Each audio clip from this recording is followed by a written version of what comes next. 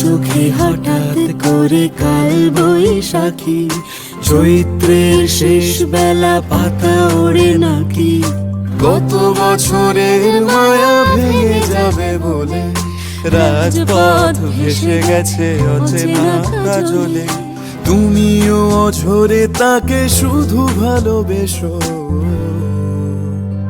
এসো হে বৈশাখ এসো এসো, এসো হে বৈশাখ এসো এসো।